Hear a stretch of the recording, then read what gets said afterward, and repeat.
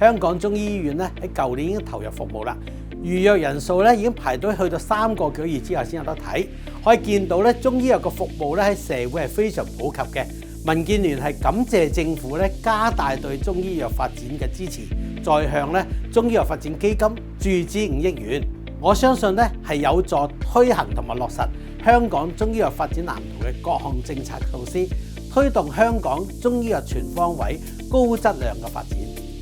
我係建議可以喺基金轄下咧增設海外推廣項目，以更好咁向國際展示香港中醫藥嘅優勢，協助香港中醫藥企業咧開拓海外市場，促進本港中醫藥產業發展，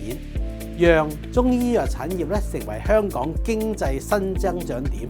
同時咧係可以助力國家嘅中醫藥走向國際。人口老化問題持續下，我認為咧喺大力推進基層醫療發展同時，更應該咧要發揮好中醫藥治未病嘅優勢，進一步加強中醫藥喺基層醫療入邊嘅角色，盡快將服務納入慢病共治計劃，喺守護市民健康方面發揮更大嘅作用。